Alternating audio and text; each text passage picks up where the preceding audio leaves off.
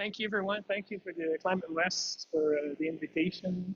Thank you to all of you here and online for listening in. I hope to share some information. I'm also hoping to learn from all of you over the next 2 days, so it'll be a two-way. So today, we're going to talk about climate change, freshwater availability, with a focus on the prairies. So I've taken some national information and kind of extracted some snippets from that. And I'm going to keep it at a high level. So it'll be a reminder for some, new for others, etc. So as we all hear, the importance of freshwater is key to Canadian prairie prosperity. There was my French, start to slip in. Economic viability, ecological identity of the prairies, and cultural, spiritual pillar for Indigenous people. At the end of the day, what the need here, and it's getting urgent, it is secure and sustainable water. So we can, that is essential. And particularly for the prairie landscape, it relies on the delicate balance of hydrological balance. What I mean by that, if you drive through the prairies in the spring, you see a nice spring slough, it's filled up, and if it has little landscape runoff during the spring and summertime, warm weather, little precipitation, they tend to disappear by the end of the summer. So that's one example of that delicate balance. And what intrigues me in preparing this presentation here is the paradox of water for the prairies. And what I mean by that, if you look at this diagram, oops, switching slides. And the laser. If you look at the prairie provinces in the southern region, it's very little runoff production from the landscape surface. But if we look at the headwaters, for example, the South Saskatchewan, North Saskatchewan River, the Athabasca, the Peace River, it's highly productive. So what people have come to term the water towers.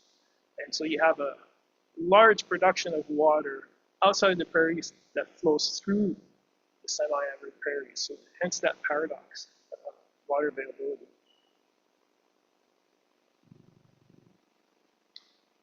One can look at the prairie maps. I'm more familiar with the upper Alberta region, so the Peace and the Athabasca region, but a lot of similarities applies to the prairie regions. So basins of importance, we have the Saskatchewan River Basin, Lake Winnipeg, Churchill, Nelson, etc. For example, if we look again at the paradox of water flow, looking at the Saskatchewan River Basin, we have the highly productive headwaters flowing through the foothills, the prairies, and onto the Saskatchewan River Delta and the lake system. And there was one interesting diagram here. Is examining all these sort of non-consuming areas. And by non-consuming areas, it's areas that do produce runoff, but does not make its way every year in typical year to nearby tributaries. So it will happen in extreme events, 1 in 100 years, but more often than not, they're not.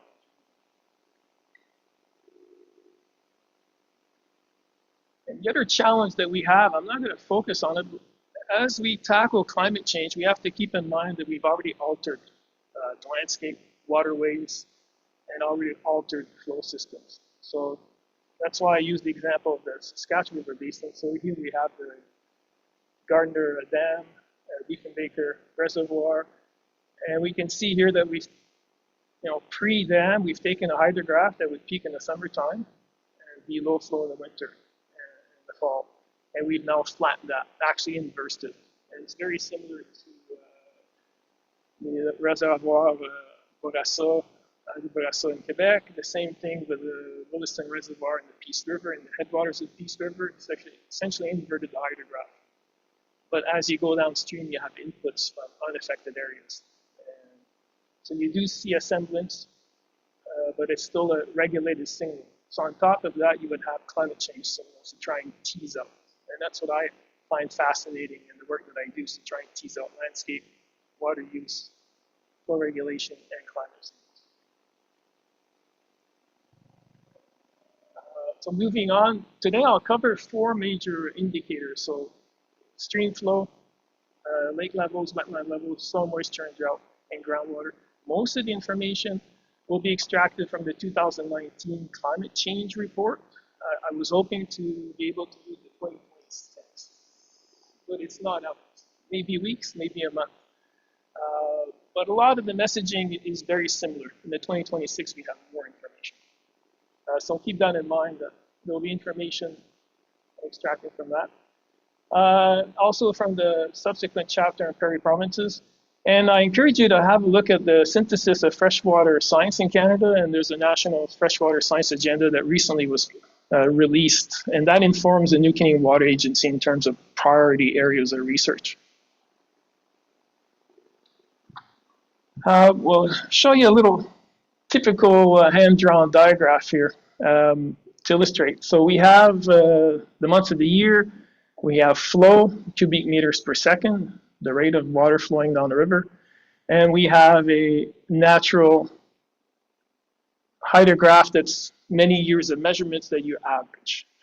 And what we'll be looking at in today is how is climate affecting the timing and the magnitude.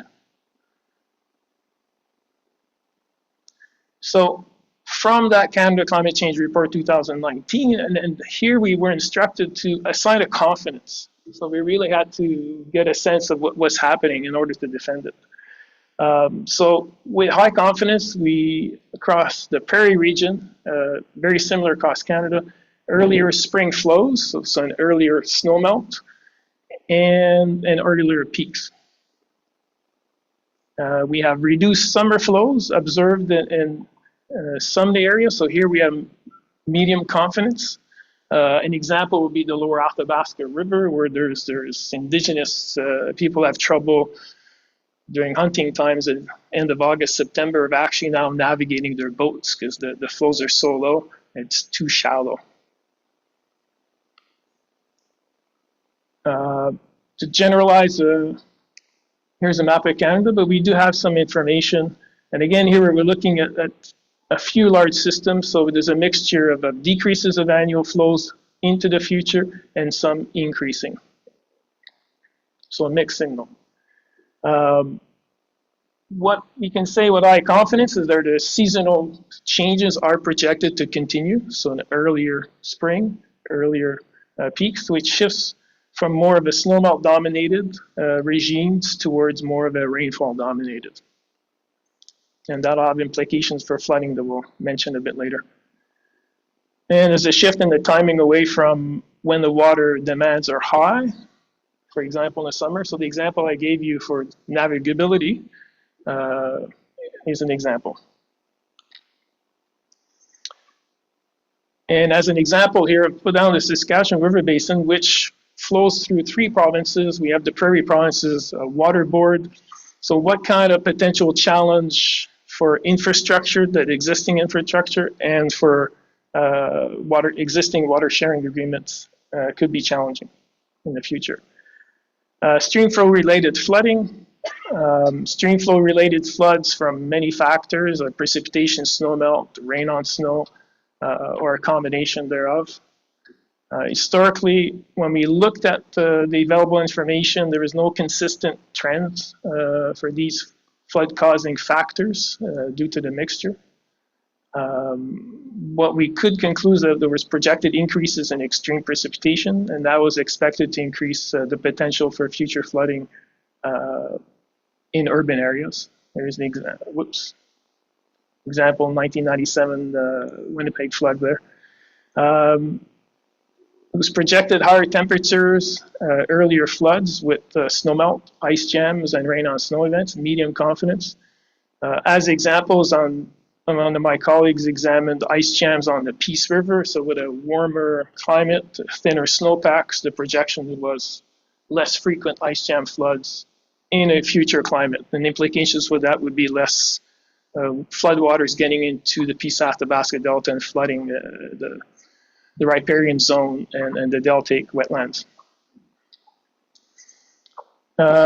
Uncertainty how projected higher temperatures and reductions in snow cover will combine to affect the frequency and magnitude. So overall, there's certain things we know, a lot of things we still don't know regarding flooding. If we look at surface waters across Canada, there's sufficient data to look at long term. In the prairies, fortunately, we had a long-term time series of various sloughs and lakes. And we can see that over the 100 years, there was a decline, but then some increase. And depending where you are, there'll be different responses in a future climate, is sort of the messaging there. So fuel sea levels may decline where increased evaporation exceed the projected increase in precipitation. And that one is a low confidence. Soil moisture and drought. Periodic drought has occurred across much of Canada, and especially the prairies. Here's an example of Saskatoon using a Palmer drought index. 2 minutes. Using a Palmer drought index, which is a precipitation evapotranspiration index. One can see that the variability over the years, and then there's a tendency to flip-flop between wet and dry in more recent decades. And if we look in the future, under the higher emission scenarios, business as usual, you can see that from the southern prairie areas, southern Alberta, that things will get considerably drier if one were to believe the projections. And so projected more frequent and intense droughts across the Canadian prairies is the messaging.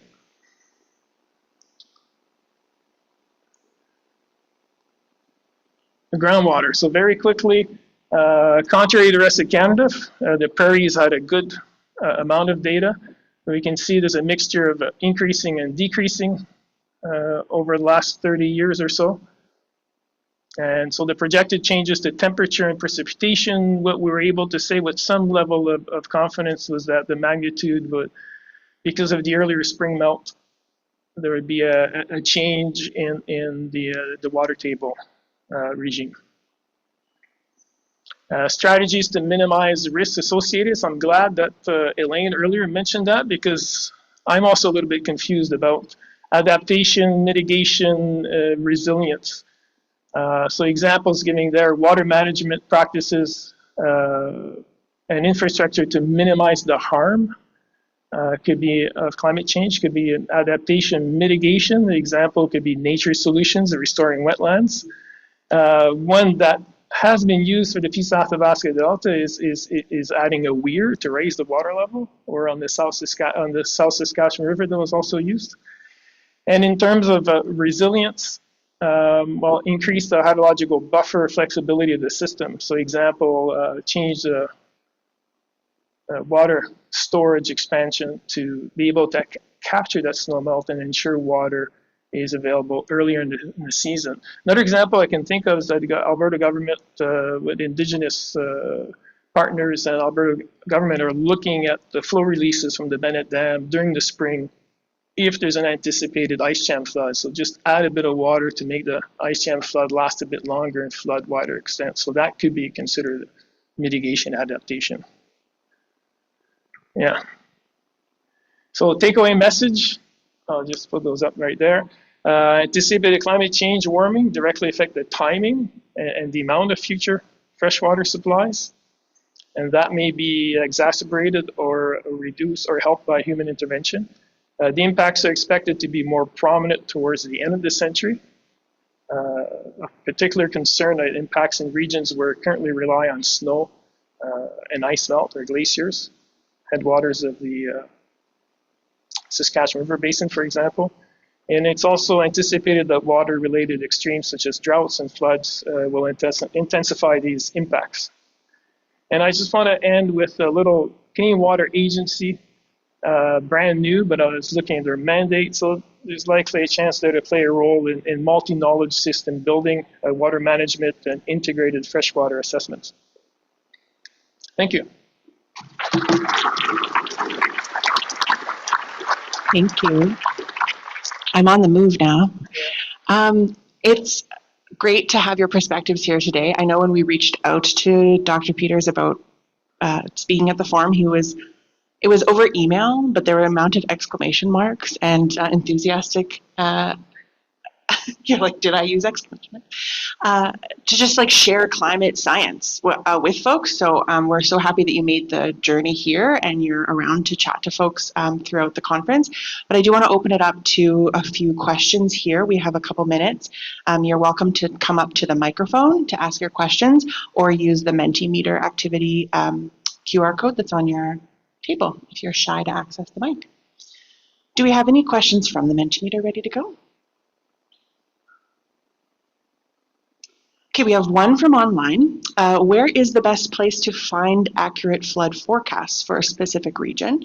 And is it the provinces or federal govs that lead on this? That would be the provincial websites. So British Columbia government, government of Manitoba, etc., have amazing groups dedicated to flood forecasting, and many of them are on call with beepers to come in and do assessments and flood warnings, etc. So that'd be my recommendation for that. Yeah. And folks from provincial governments attest to that in the room. I see head nodding. Yeah. Great. So we take a lot of leadership from our provincial partners on that front. I just wondered if there was some other questions maybe in person that wanted a microphone. There's one right there. Yeah. If there's no other question, I can give you a 30-second story of the navigability. Yeah. Hey, Becky. Is it on? I'm just wondering if anything that, like in your research or what you're looking at, that you found surprising or you thought maybe wasn't an intuitive change in the way the freshwater was behaving. Actually, there's one example, connectivity, landscape connectivity on water. So for instance, I've been working at one research site that they call Egg Lake. And for 30 years, I thought it was only flooded by ice jam events. And then in 2020, there was that extreme high flows. Grace Slave Lake was the highest since recorded, 1930s, Lake Athabasca, the second highest. And we can actually see now with that event how water was connecting into the landscape because it was such a large and lasted over an extended period of time. So that would be a recent example for that.